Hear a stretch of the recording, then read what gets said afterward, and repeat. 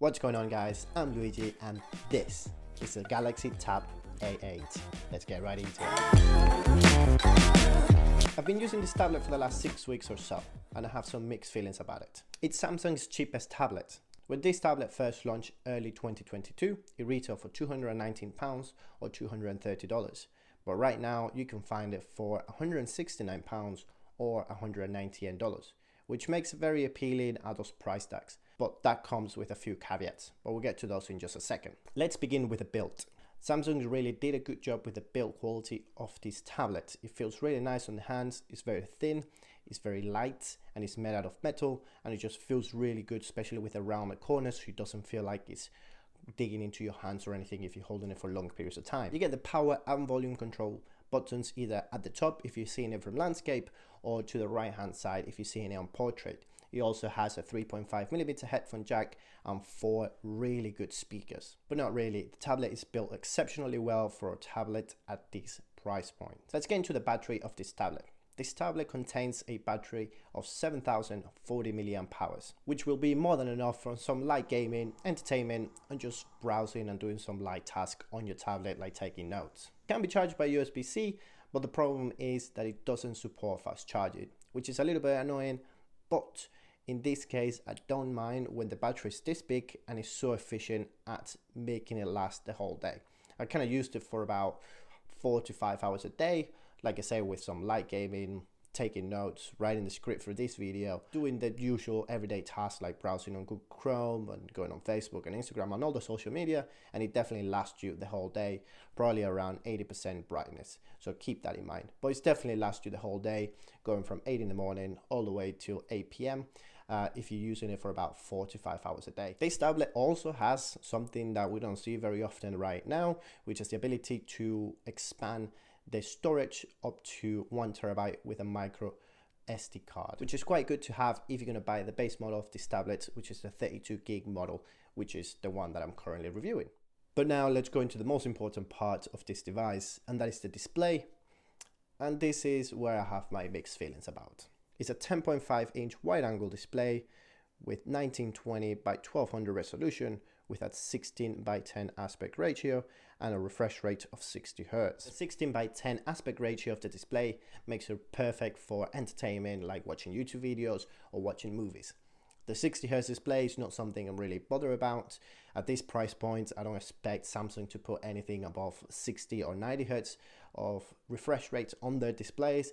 So that's something that I actually don't mind having 60 Hz. But where the display really lets me down, and I feel like Samsung did miss a mark here, is the quality of the display and just the colors overall that you get from the display. To start with, it only has 216 pixels per inch, which is a little lower than the 224 pixels per inch you get from the Tab A7, which is interesting because why go for less pixels on a slightly larger display than the Tab A7? So the Tab A7 had a 10.4 inch display, and then the Tab A8 had 10.5.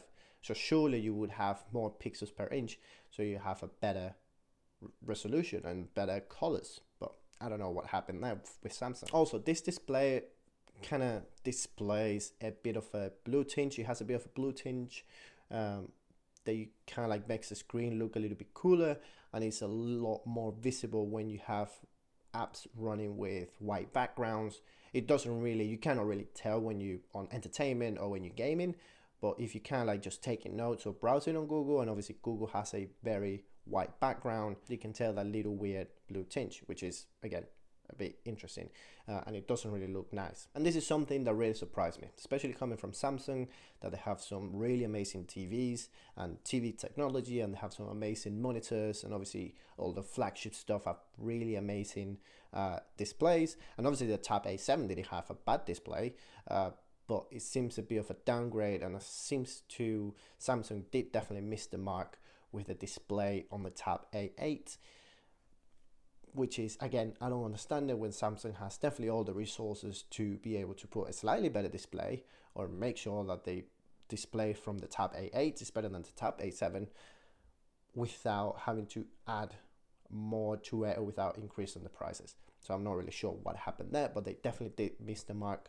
on the overall quality of the display for the Tab A8. Don't get me wrong though, the display is still good enough for entertainment and gaming, but it's just very interesting that it's just a little bit worse than the predecessor Tab A7.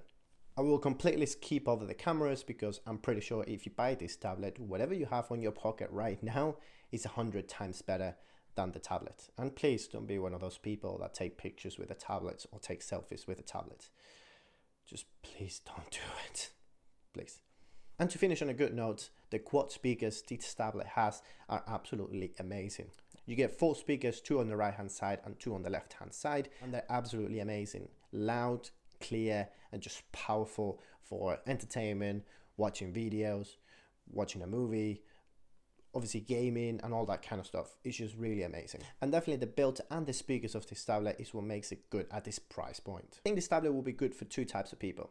The first type is for those that are looking for a cheap tablet with really good build, really good speakers, and an okay display that you really only needed it on the side just to watch a movie or watch some videos while you're doing some work on your laptop. This tablet is perfect for you where you don't really care about the display. It's mostly like a secondary display while you're doing work on your laptop and you watching or not paying attention too much, but you have something playing on the side. Perfect for you because it's really cheap and it's perfect for your desk. And the second type is young students, those between the ages of 15 to 18, where it's the first tablet, kind of getting used to having the biggest display. Obviously with that they can take notes, they can do homework, watch videos, obviously game as well. And obviously it's built really well, which makes it even better, which means it's not going to break right away. Some really nice speakers, and then the display is more than enough for someone at that age. Again, you're not going to need anything more than that for a young student. So if you're a parent watching this is probably a good one for your kids to get them. Again, probably young students between the ages of 15 to 17, 18. And then once they're kind of taking care of that, then maybe you can get them a more expensive one or a laptop once they go to university. That is all from me today, guys. Don't forget to subscribe, and I'll see you guys in the very next video. See ya. Bye. Bye. See you later.